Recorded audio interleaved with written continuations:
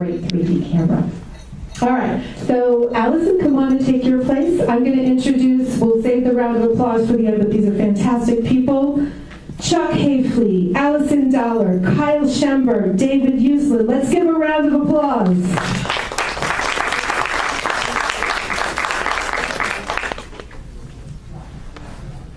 So, we have a group of people here that are going to talk to us about what they do and how they do it and why they do it.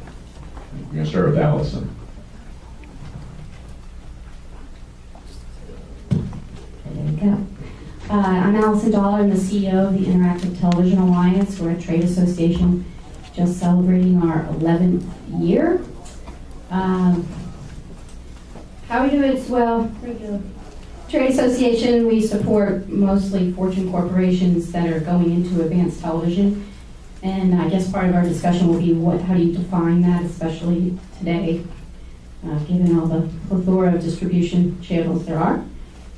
And why is always a good question, because it's been like banging our head against the wall for a really long time. Actually started in the early Laserdisc era, the whole transition to non-linear editing and all that kind of stuff. So we've seen a lot of change. We've had a lot of naysayers. Most of which obviously have been proved wrong, thankfully, which is why we're here today. I'm Kyle Schember. I'm the CEO of a company called Subtractive, Inc. We're a production company, and we've been in business for 8 years, and we were just talking about, it was a very interesting 8 years. Like, to make it through 2009 was kind of a, anybody that was left standing I'm actually proud of it. We're still here. But we do production services from concept to completion, but we also do our own content as well. And we actually do stuff on ITV, oddly enough, so that's me. Hi everybody, my name is David Uslan, and I'm head of development for our family's production companies, Bat Film Productions and Branded Entertainment, where we produce all the Batman films and National Treasure movies and Constantine and a whole bunch of other big comic book based and literary based content. I'm also head of business development for a company called Graphically, which is one of the global leaders in digital distribution of literary content. So we handle all of the ebook conversion, digital distribution for about 6,500 worldwide publishers, everybody from Random House and Scholastic on down, DC Comics, Marvel, Dark Horse, and that's what I do.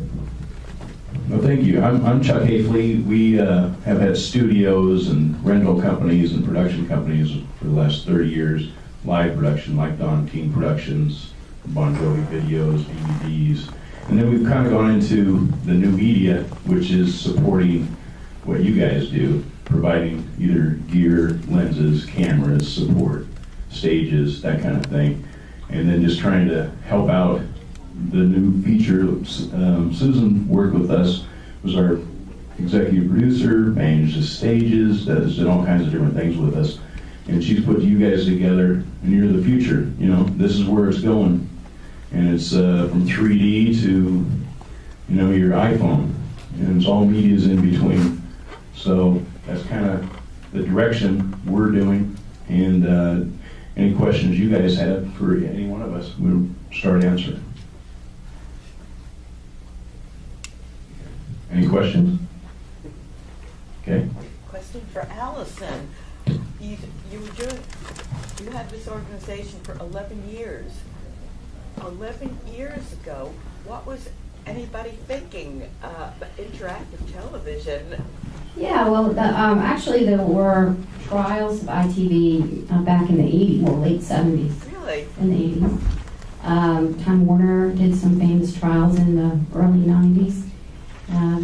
We had a click to buy Pizza Hut, Time Warner Cable in Hawaii in the 90s. So a lot of those kind of things were already going on. They mostly were cable-centric. So when we started, it was multi-system operators. And then there's a whole ecosystem there, a middleware in the set-top box, which allowed for different transactions. So I think originally what everyone was thinking was a hardware solution, which is why I was saying the Laserdisc and CDI and all that early stuff. You remember all the old PC kind of based things, and then the living room, the set-top box, and then now, of course, it's migrated to what other devices you have that are also mobile and coming from the cloud. Yeah. And that's where all the business discussion is based, because it's really about using that back channel for a transaction.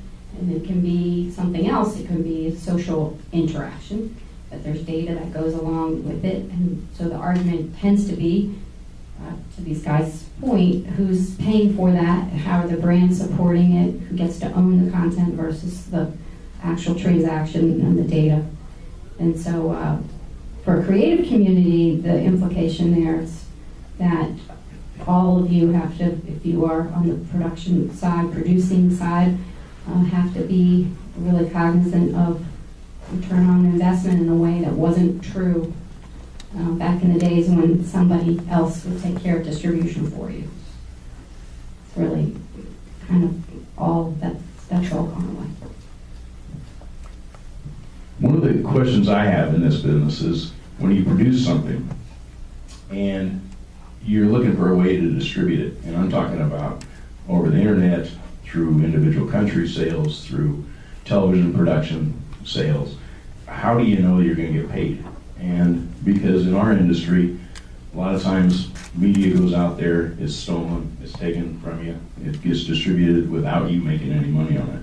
And that's kind of the area that I think everybody that's in this industry needs to have a return on their investment by knowing they're going to get paid for what their media is when it's sold, when it's marketed, when it's viewed.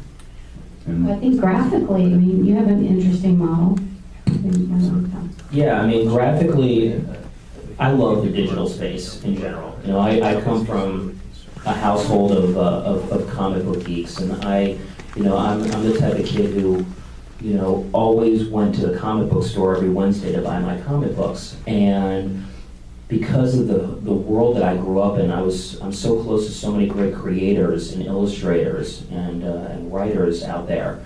And in the digital space, you have so much more freedom to be creative, to do what you want to do. You have so many options now to exploit and distribute your content. And I'm just talking about literary content here. So with all these devices that are out now, from the iPad to the Nook to the Kindle to the Kobo, through your laptop and desktop, through mobile devices, you have all these amazing ways to distribute your content now. And you can make that content so interesting. Instead of just picking up, a book or a comic book where you see just the typical panel layout that, we all have seen before, you can make this stuff interactive now. You can make it engaging. You can hit such a wide demo that, that material traditionally isn't accustomed to. And it just really opens up the floodgates. So with my company, with Graphically, we not only work with thousands of publishers, we work with tens of thousands of independent professional creators who chose to distribute their content themselves without working with a publisher or giving up any rights. And as long as you have some marketing skills and you know how to talk up your product and do what you need to do to bring that spotlight to it, it's just such an interesting space, and that's where everything's going. And I think I read last week that that last month was the first time that tablets outsold laptops worldwide.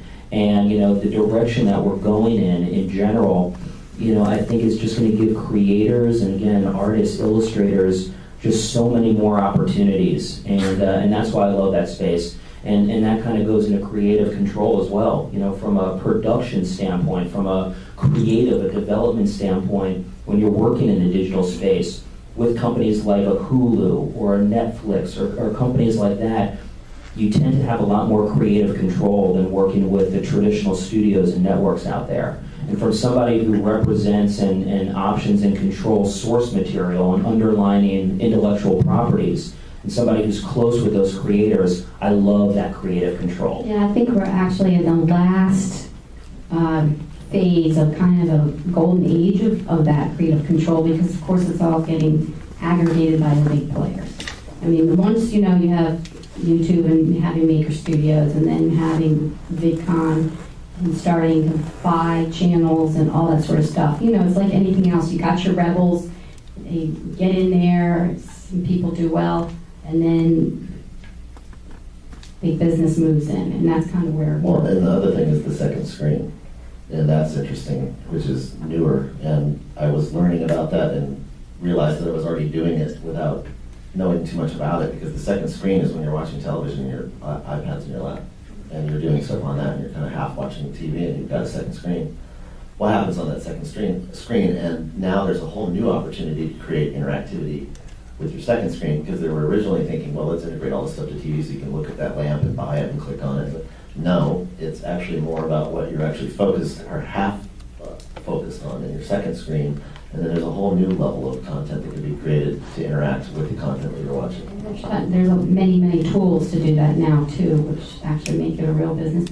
And there's, the Second Screen Summit is going on now. There's a lot of, again, whenever on our side the bigger corporations come in, and that means the creative community has really got to hustle, because otherwise to break out of the clutter and make a living doing it, much less be wealthy doing it.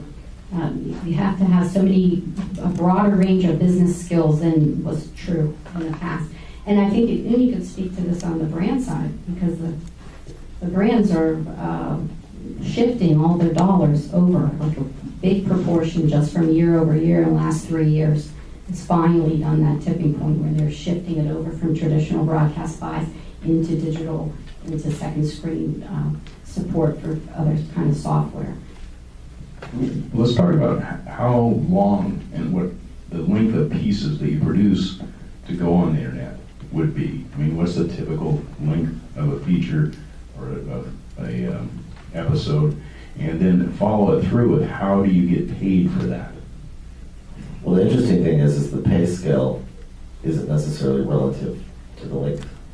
No, I understand that, but I'm just saying, what is that length that, let's say you're producing a product that's going to go out on the internet, it's going to go VOD, pay-per-view. Generally, it's a range. You'll have, in commercial size, you'll have a 2-minute, a 90, a 60, and a 10, or a 15. So and that's an average. Yeah, so you're doing longer episode content. Let's say you're doing a 5-minute episode or 10-minute episode. Yeah, I'd say everything's under 15, for episodic. Okay, so now you do a 15-minute episode, and then you produced it. How do you monetize it? In my world, most of the stuff that we do is sponsored. So it's sponsorship driven with the money up front to wrap around either a product or integrate it, or that's been the best way. I work a lot with various artists, and I'm starting to do more because music artists and things like that are looking for that exact answer. Like, how do we create something that's either episodic or a feature centered around our album? They're looking at new revenue streams. And I have to say, I don't know that anybody's really cracked that code. We want to experiment with like the Vimeo model where you get 90/10. There's a new company that I just met the guy last night that he is charging a subscription fee for $9.99. You can put you can put whatever you want out there and keep 100% of it. There's a lot of, it's a Wild West, to be honest. And the distribution, I don't think it's been sorted out. And even with like Sony's Crackle and things like that, they haven't figured it out. If the big guys aren't figuring it out, I don't know that there's an answer. And I don't think it's one answer. I think there's a multitude of ways, and I think it's coming. It's forthcoming. I don't know that in my world, we've not generated a whole fistful of cash by putting stuff out there, other than ad revenue. That's what's really, one of the things you've done recently that you really enjoyed? that I've enjoyed?